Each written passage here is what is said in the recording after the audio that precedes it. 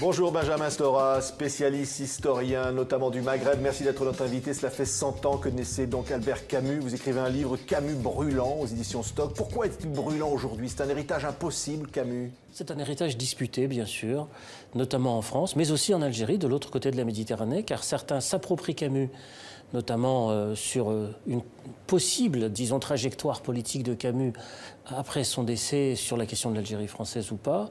Et puis, en Algérie, certains récusent Camus précisément pour ses positions politiques sur la question du passage ou non à l'indépendance de l'Algérie. Et où se situe-t-il, cet Albert Camus? Il brouille les pistes encore aujourd'hui.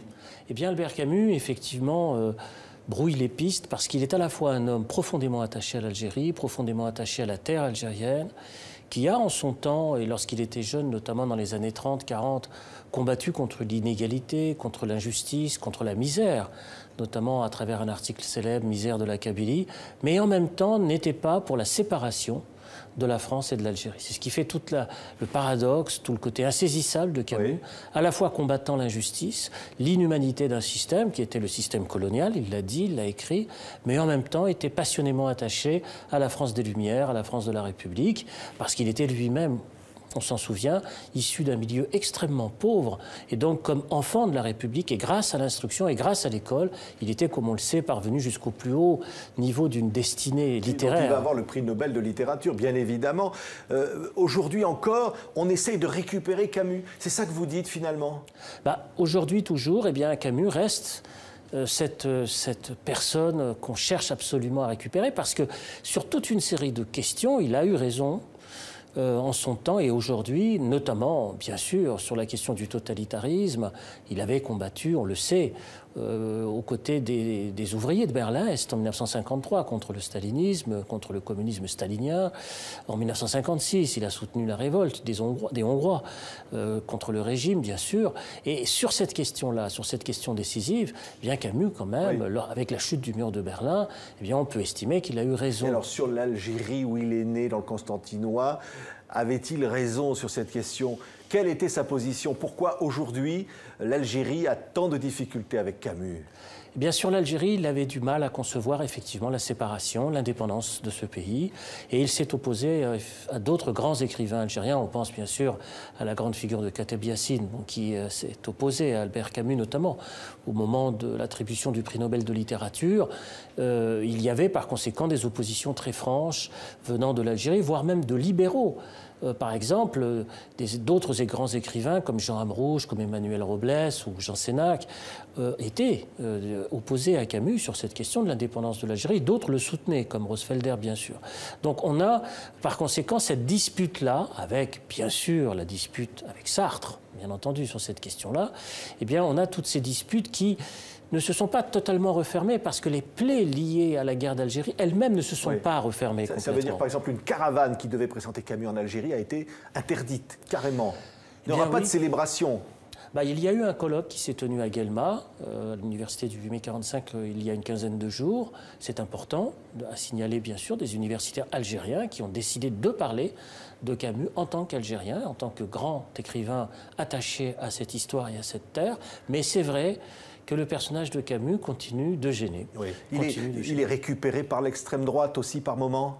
En France, bien sûr, on fait parler Camus, le Camus qui est décédé, on le fait parler après coup pour dire eh bien, il aurait été un farouche partisan de l'Algérie française, ce qui n'est pas tout à fait vrai, parce que lorsque le général de Gaulle a prononcé son discours en septembre 1959, eh bien, on l'a oublié aujourd'hui, mais Albert Camus avait approuvé ce discours du général de Gaulle le général de Gaulle parlait d'une solution fédérale à propos de l'Algérie, ce qui était très précisément la position d'Albert Camus. Oui.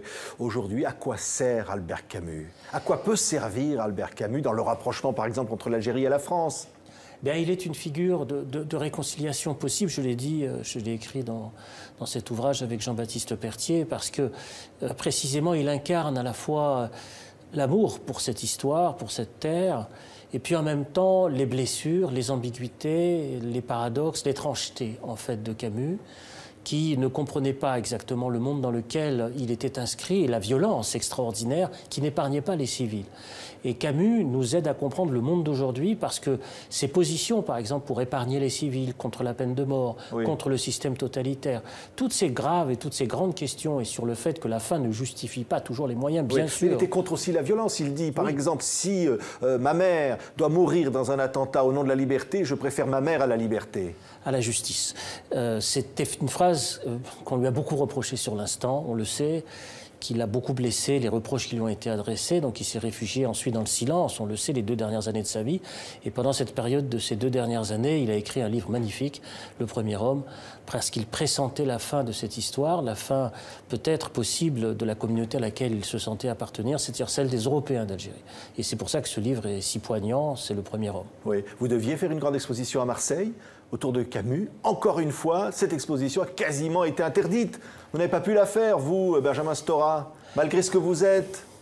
Cette exposition n'a pas pu avoir lieu avec les propos qui étaient les miens, c'est-à-dire cet engagement, de ce déchirement, de cette étrangeté de Camus. C'était le titre que j'avais choisi, Camus, cet étranger qui nous ressemble. C'était à Aix-en-Provence, hein? À Aix-en-Provence, oui. C'était un clin d'œil au livre aussi de Jean Daniel. Ça a été difficile, il y a eu beaucoup d'opposition. Il y a une exposition qui se tient quand même.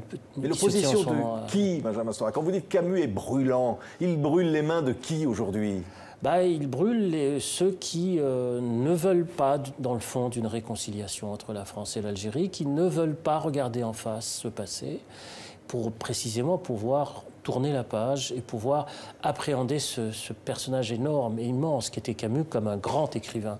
Ils ne veulent pas, disons, que cette passerelle, que ce pont que Camus avait sans arrêt, de toutes ses forces et toute sa vie durant, essayé de mettre en œuvre, ils ne veulent pas de cela, ils veulent quelque part continuer la guerre des mémoires. Oui, alors à qui appartient Albert Camus aujourd'hui?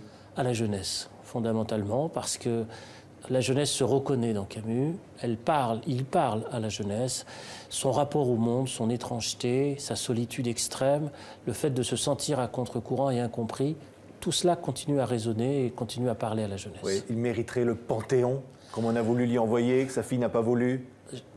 Pourquoi pas, le Panthéon, mais on le sait, Camus repose à Lourmarin et peut-être qu'il est mieux effectivement en face de la Méditerranée, dans cette terre de la Méditerranée qu'il aimait tant. Il était donc né le 7 novembre 1913, cela fait donc 100 ans. Merci Benjamin Stora d'avoir été l'invité de TV5 Monde.